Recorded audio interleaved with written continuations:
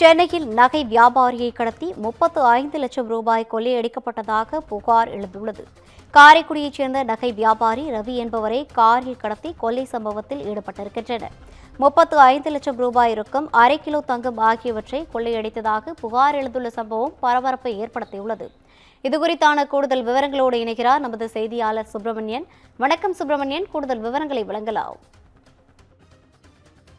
சென்னை எழும்பூர் பகுதியில் நகை வியாபாரியை கடத்தி 35 லட்சம் பணம் கொள்ளையடித்ததாக பரபரப்பு புகார் ஒன்று அளிக்கப்பட்டிருக்கிறது. காரைக்குடியை சேர்ந்தவர் ரவி. இவர் நகை வியாபாரம் செய்து வருகிறார். அடிக்கடி சென்னைக்கு வந்து நகைகளை வாங்கி கொண்டு தான் விற்பனை செய்யக்கூடிய கடைக்கு கொண்டு செல்வது வழக்கம். அதே போல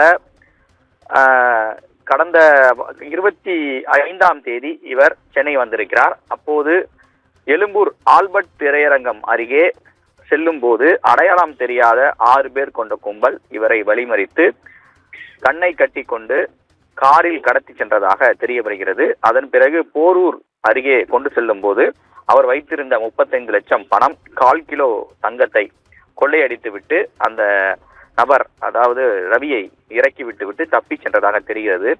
இது தொடர்பாக கடந்த 25ஆம் தேதியிலிருந்து இவர் பல்வேறு கட்ட விசாரணை என்பது நடத்தியிருக்கிறார். அதாவது அந்த நபர்கள் யார், ஏதாவது முன்விரோதமா என்ற கோணங்களில் விசாரித்து விட்டு நேற்று தான் அவர் எழும்பூர் காவல் நிலையத்தில் புகார் அளித்திருக்கிறார்.